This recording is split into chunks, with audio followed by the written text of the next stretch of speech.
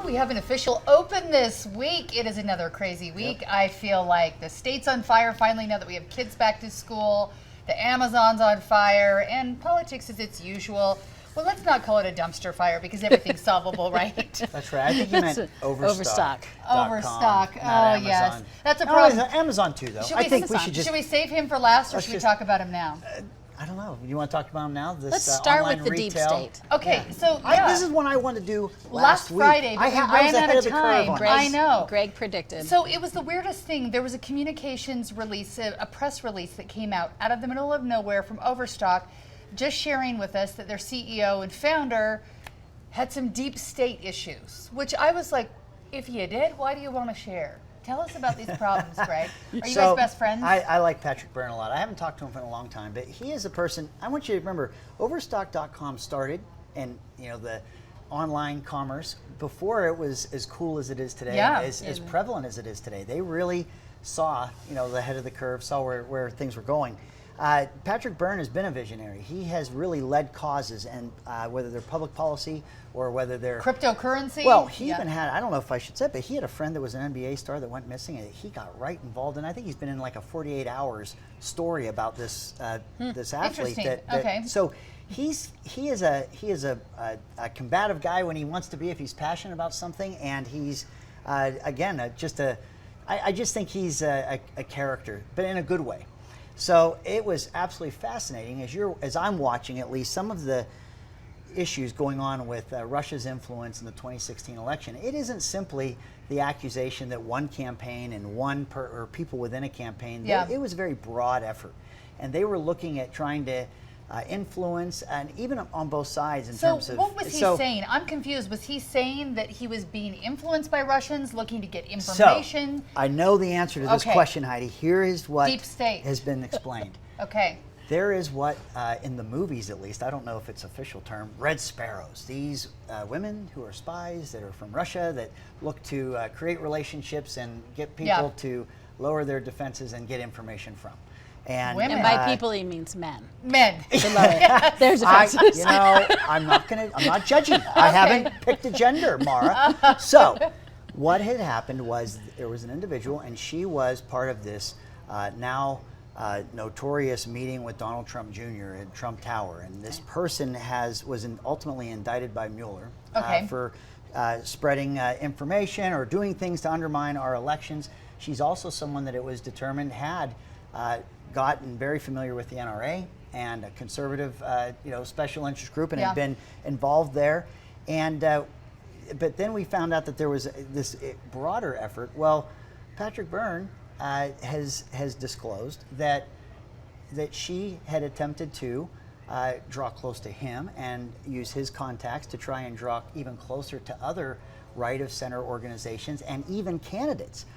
Senator Marco Rubio, Senator Cruz. She was overtly and in a very aggressive way trying to find people that she could network with, and so it wasn't just the Trump campaign, but then also on the other side of the aisle, she was looking at ways of trying to get to know people in Hillary Clinton's campaign.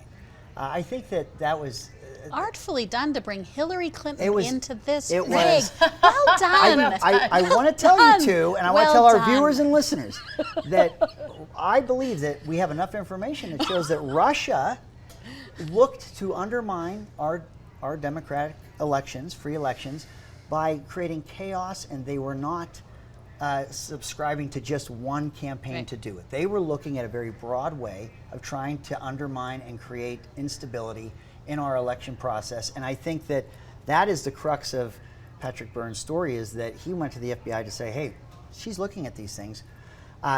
It's such a crazy story, though. We've seen his company's stock fall dramatically since that press release. I think after that first day, it was like a third of the stock fell. It was like really, really So he resigned. He resigned today. As CEO, and I think that was to not have the business itself be splashed by the information he's disclosing. But I think that the information he is disclosing, we'll see what happens. But I actually think that it is consistent with what we're hearing about how comprehensive Russia was in trying to undermine the election wholly. It's a sticky story. It was also really interesting that Overstock put it out sort of very overtly over their letterhead. I mean, I'm not. It was a weird. It and was there a was weird no move more for questions, a corporation. But we wanted you to know about it. Right. Yeah. It was a strange move for a corporation. There's a little intrigue, and he sort of disclosed a lot about a relationship that you look from a corporate PR point of view. You're like, maybe we should have left out a few of those details. It was complicated. It's too bad. I mean, Overstock is a great company and a great Utah company. Yeah. It was really peculiar that Overstock sort of. And he's a smart businessman. I mean, I think he's, for his entire career, even though this is his company, he founded it. It's a multi-million-dollar, I don't know if it's billion-dollar company, but he took $100,000 for his paycheck, and that was it. And so, he's a smart businessman, and he had to have known that there would be some bumps from this, so I don't know. So this is my question, and I know we have to move on. This has been a fun topic in some ways. It's kind of, the spies and everything else.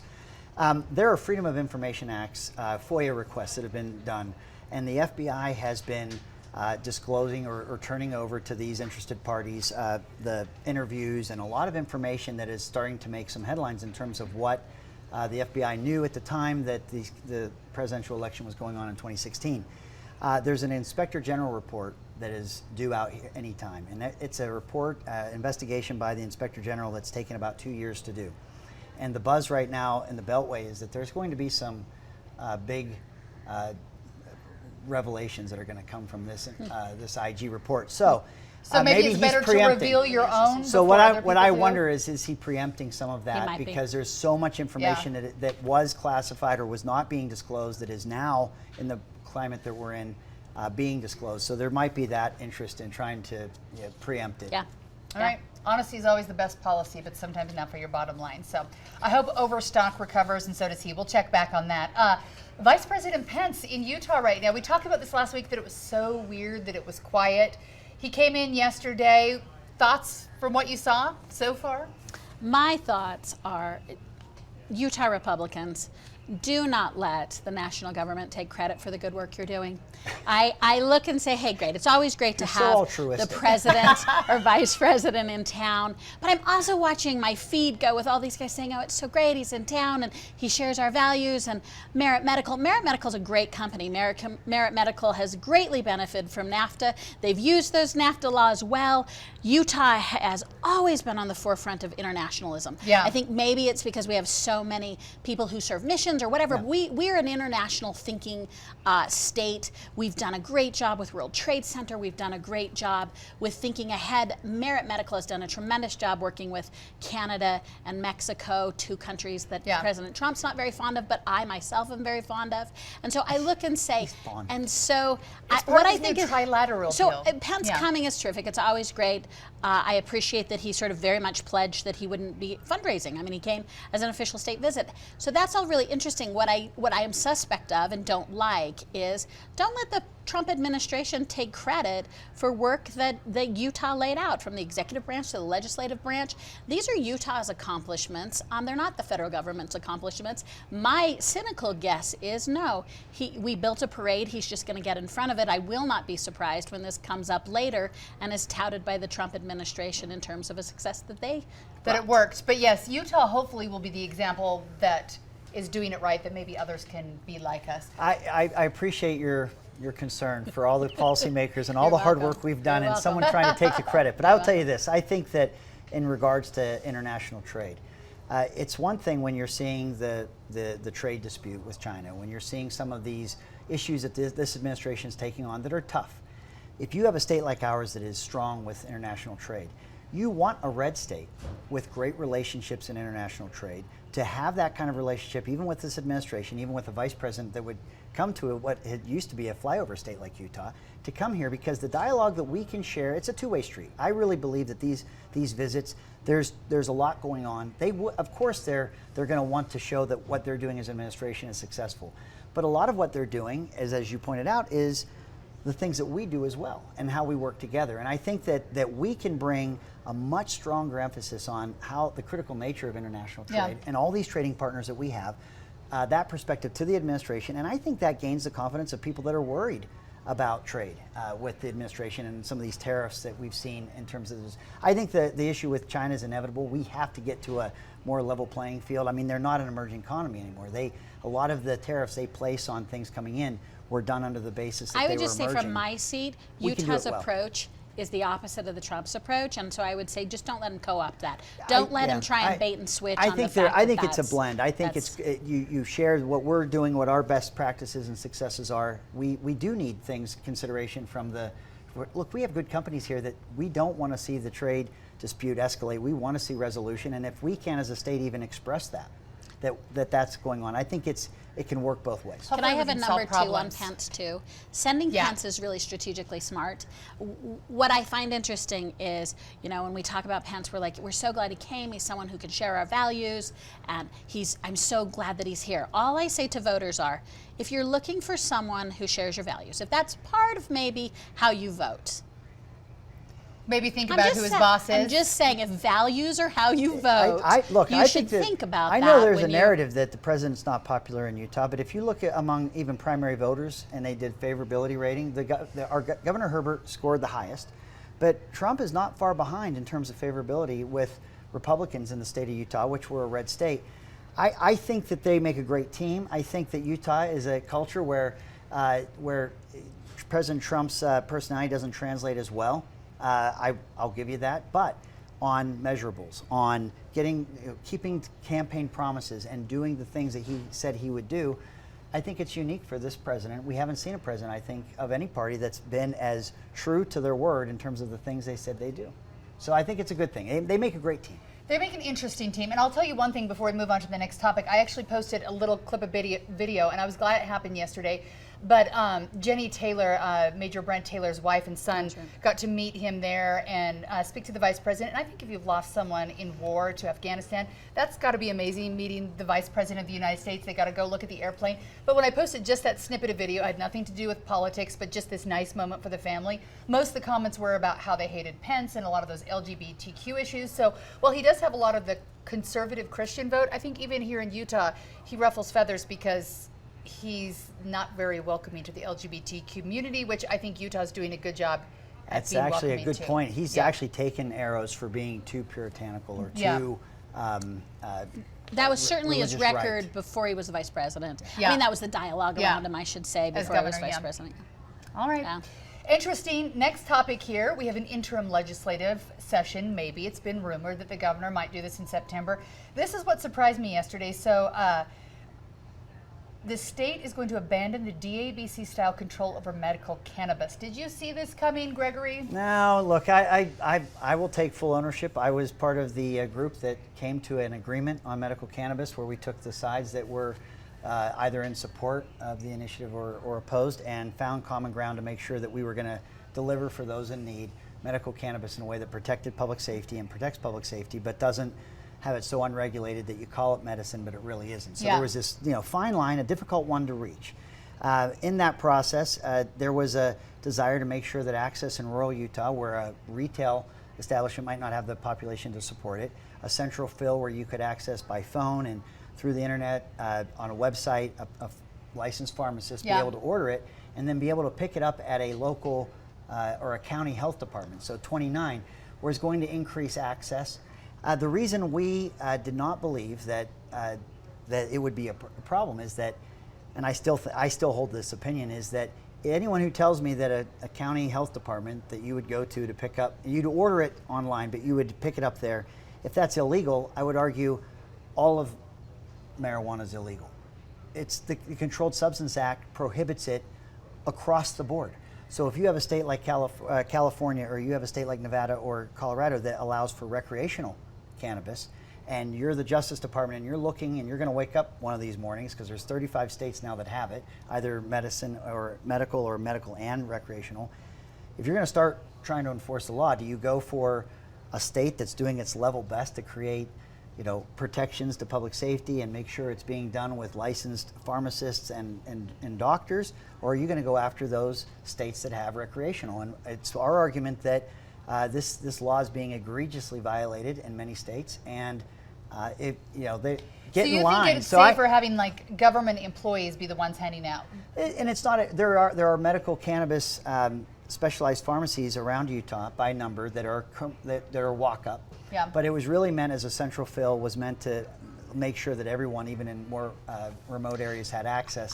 It's fine if they want to take that part out. It wasn't part of the. Right. You know, everything's a compromise, and there's different sides that come with different ideas. That was a Senate idea, but I will tell you that I believed in what they were trying to accomplish. I thought it was for the good of people and really trying to create a better access. So if they want to take that part out, I think it limits access, but it's fine. I actually appreciate that Utah did try a slight, so we're the next in line to try and legalize something that isn't legal for the federal government, right? I appreciated that we did try something new, and I do think it was worth the discussion. And one of the things from my seat, this group that got together was quite earnest, and this group that got together was real time looking through ideas. I think they were a little rushed in it, maybe as a byproduct. Before the election, that group you're talking about. Before the election and then right after. I think there was some pressure to solve some things. And so there was a little bit of moving forward. And I think this is the byproduct of having a little bit of time to sort through. I do want to give credit for at least exploring a different idea. The one thing I think that should be noted in perhaps a few of the special session agenda items are that in the instances of perhaps Medicaid and certainly the instance of medical marijuana, it seems as though we're moving to the position that the voters sorted through and worked on and that the legislature tried to override. It seems like we're sliding back to the voters' position and we're sliding back to maybe what was probably some good law to deliberate before the legislature decided to overturn them. Yeah, and so the decision, and I think I misspoke earlier, I said that we might have an interim session. We have an interim session now. We're talking about a special session coming, which would be in September. So what they're talking about now is 12 private dispensing, and originally the law called for 7 private. So if we're going back to what the voters voted for, is this actually them getting less, Greg, than what we thought of? I think the because 12 is not a lot. It's a big state. Was it a proposition or an initiative? I can't remember. Initiative. It was an initiative. Yeah. So I think it was going to allow a certain number in every county. So you had, bottom line, you could have had as many as 29 because there's 29 counties, but then some more populated counties would have had more. But again, the delivery fills that space, right? Yeah, that's what that delivery was meant to fill, where you're not going to have a population where retail is just going to make sense. But look, porch piracy is going to go up in the state of Utah when that starts. So I will tell you the biggest difference and why I think part of it was rushed, because we wanted voters, when you had this initiative in front of you, I thought it was important, we thought it was important that the voters and the public in general know that there was common ground that was being arrived at. And we thought that that was substantive and in a transparent way say, look, we're bringing sides together here. The biggest problem with the initiative as it was written that I think would have required a special session, and they would have, or they would have had to change it after, during the general session, is the affirmative defense, where any possession of cannabis or marijuana at all needed to be assumed to be for medical purposes, and law enforcement or the prosecutors would have to prove that it wasn't used for medicine, which puts the onus on your law enforcement, which is a high bar. And what it really means, what law enforcement would tell us, is they're just not going to enforce it because it's just too much to assume that everybody's using it for medical reasons.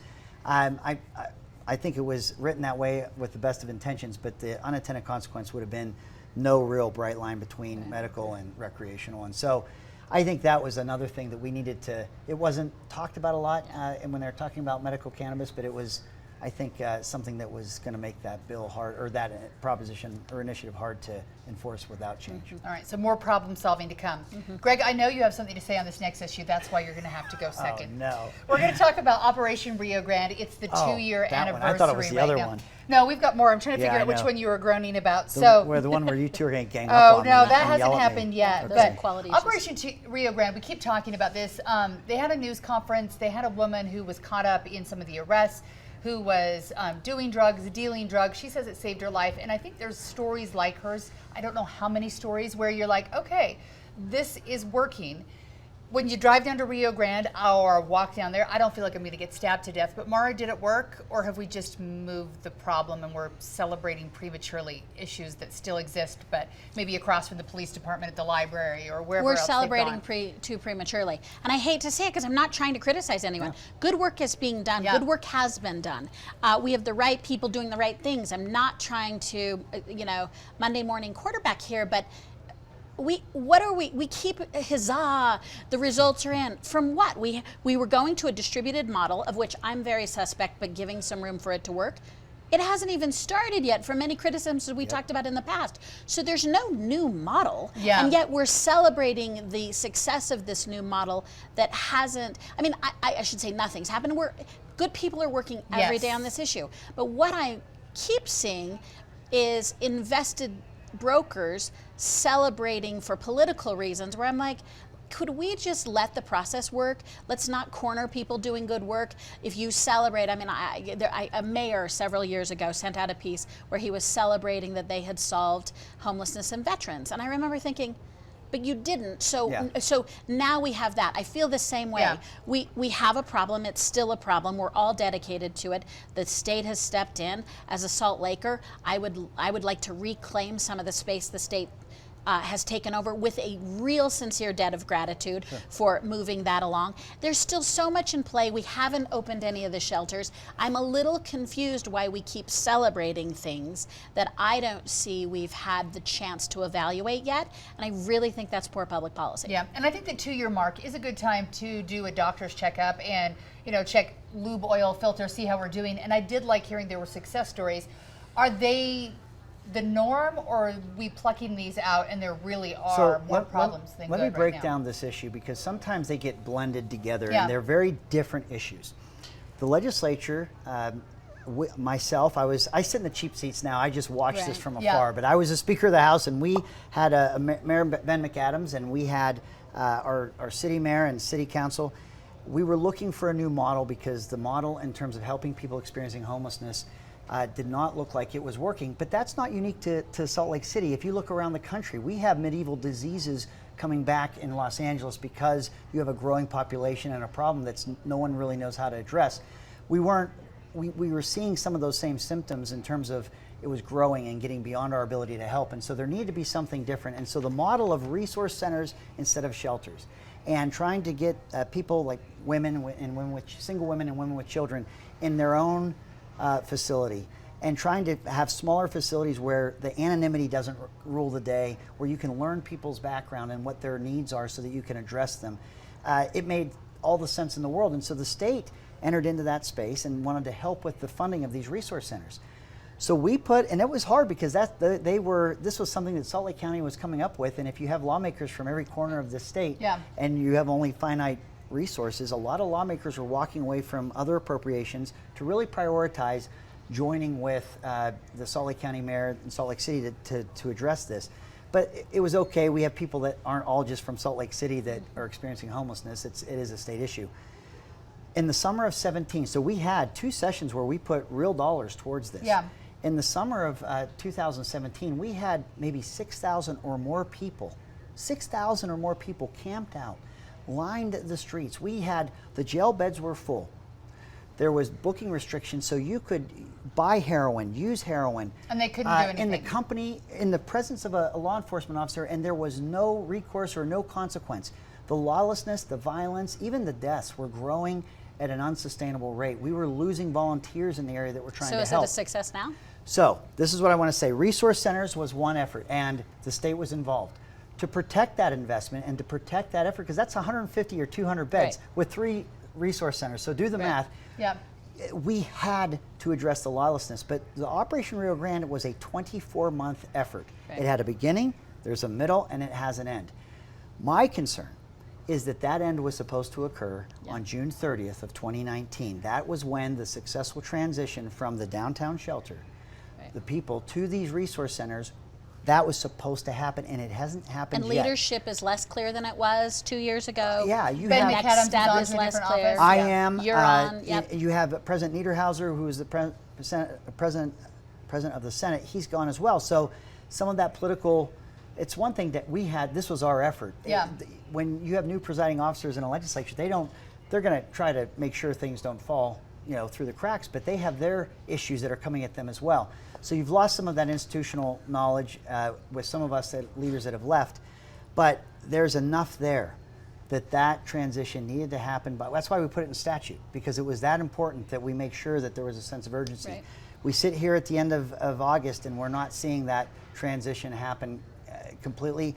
It has to happen, and you cannot say that Operation Rio Grande, now that we're extending it because we haven't created that transition, is successful, until we see that happen. Now, thank goodness, I think the numbers have lowered to the point where we can have that successful transition, where if you go back to 17, I think there were too many people. And I don't think different. I don't see anyone shooting up heroin when I'm getting off the 4 South exit to get to work, which is an improvement. And know this too, we budgeted in that 2-year effort, law enforcement, Department of Public Safety, any law enforcement that would see the diversion into their communities. UHP's pulled a big share of that. Are they still Yes. going to be here So, till the shelters are open, or are they back out on the I think highways? they have. I think they have. They didn't ask for this job, but they've done it in a phenomenally.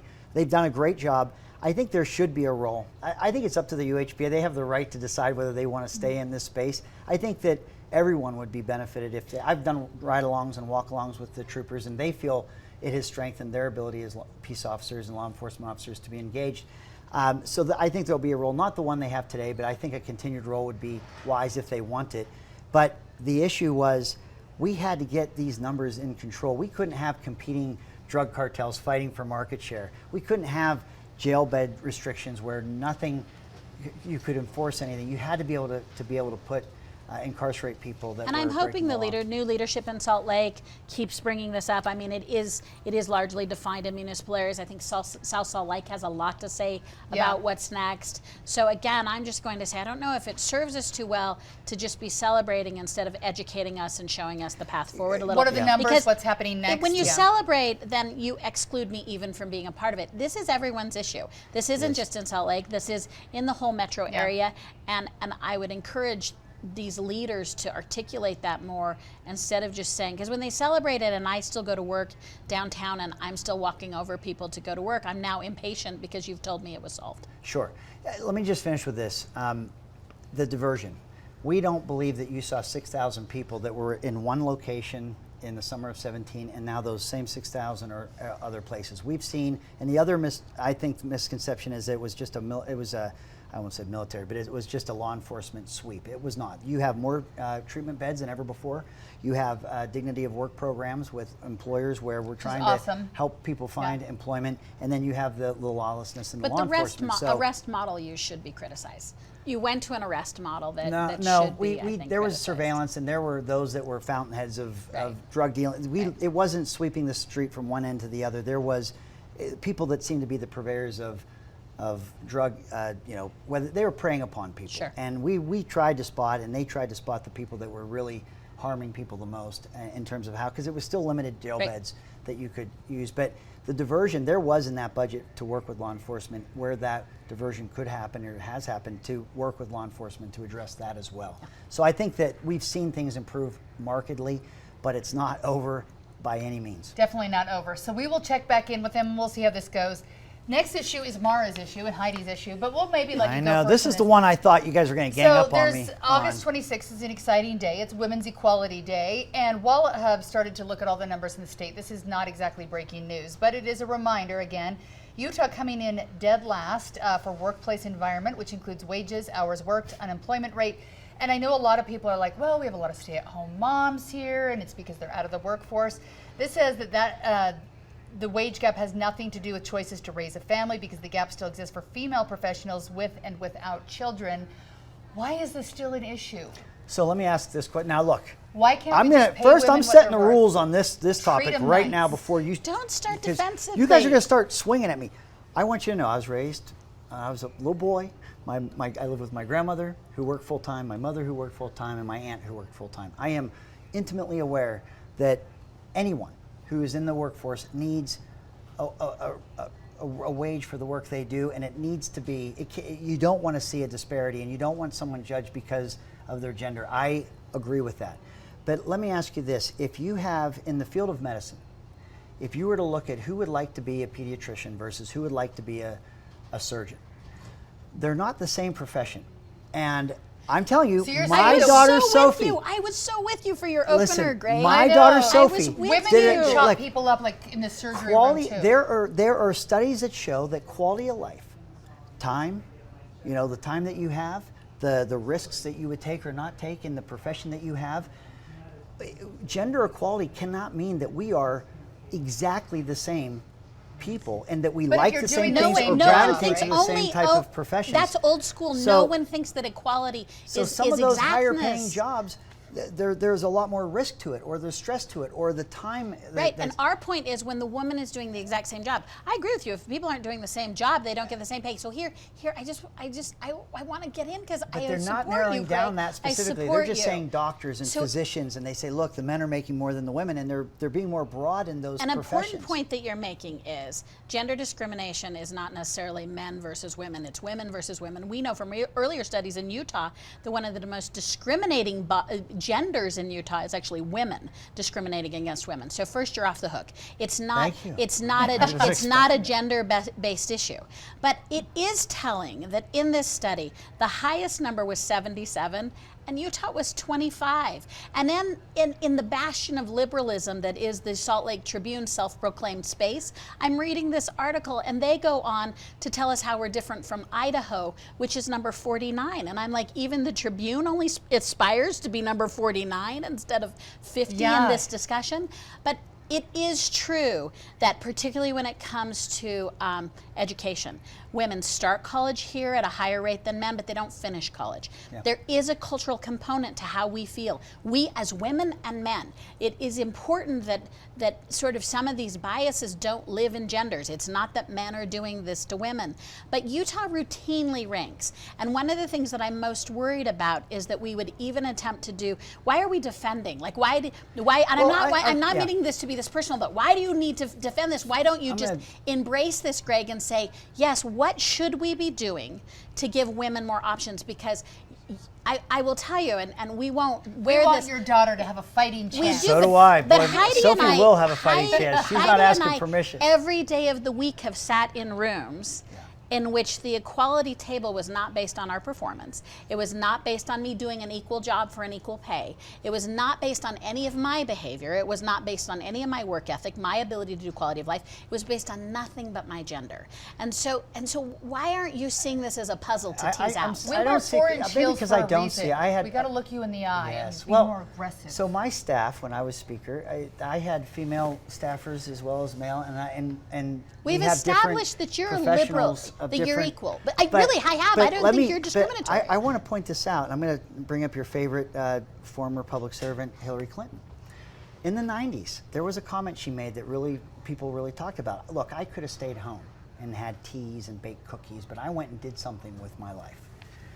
I think there is this bias or this worry that if you've decided to stay home and raise your children, that I've actually heard this from people that I love, that they feel that their life that they had underperformed or not done as well in life because they chose to be a mother instead of. Still a valid job. And I will tell you that is a self-deprecating assessment of oneself if they think that the job that they did was wrong. And I think these discussions of how much people make in the workplace, to the culture of Utah, it ignores some of the work and some of the things that. But I'm trying to expand that discussion. Access to education is a problem. Access to flexible care is a problem. Aren't women getting more bachelor's degrees than men now? I thought wages. I thought we they changed. Start with more and we don't end with more. But the point being, overt racism, overt discrimination, overt oppression is not where this happens. It happens much more subtly. It's not an indictment anymore on what women choose to do. You're both professional women. Do you think it's a life unlived if you didn't have a profession? But you're still asking us to evaluate the quality of life based on women. I have chosen to go to work, and my husband's the stay-at-home parent in our family. And so when I look at my family, where I'm the sole supporter, if I'm making 75% of what a man would in my job, that's lame because it's going to take me that many more years to retire, make sure my kids can go to college. And same things if you go for a family where both a husband and a wife have to work. I'm guessing the husband would like it if his wife, got what she was worth. If you do stay home, I think there's value in that. And and so forget gender, but for someone that stays home, there's nothing there is. I think that's a life well lived. Absolutely. I think that should be as equivalent to a wage and a profession as anything else. And so sometimes I worry about how we measure up the wages, even in studies that show entrepreneurialism, women that start businesses versus men, and how they structure those businesses and what free time versus time that you don't have. They're not identical. So where is an area for us to improve women's access to whatever you want? You know what? We're almost out of time. You feel like giving to us. It's your world. I just live in it. I'm just acknowledging that now. No, I will tell you that I think that if there are these instances that you're describing where you think that it is truly on level, it's not because someone had children and left the workforce for a while, then came back in, because statistically speaking, anybody who would leave a profession and come back in later is going to have to start again. And so if you're not counting those things and it's just apples for apples, I think that for people like me, we don't see it apples for apples. We think that this culture and other variables are playing into that gap. And if it's not, then you need to do a better job of telling me. All right, we'll let you know. Okay, cut this story. We're done here. Stop the show. Another hour. We can all hang out at the Utah Tech Corridor, because I'm hearing that they're doing a great job with parental leave for men and women and making sure they have the support they need. And I think maybe they have the right idea to help women and men. And so maybe we need to look to them, because we can solve this problem. Because I agree. girls are nice, boys are nice, and we all just want to get paid super nice. I agree. I agree with both of you. Riveting. As much as I can. Can we just make this end right now? Yeah, I totally objected to this topic. I said let's not do it. I didn't think this topic would go well for me. You wanted to repress it, is what I would say. Oh my God. Not at all. Well, thanks for playing along, both of you. I tried. Maura Carabello, Greg Hughes, as always. Fun to hang out on a Thursday afternoon today. Thanks so much, and enjoy the rest of your week. Subscribe and tell your friends about us.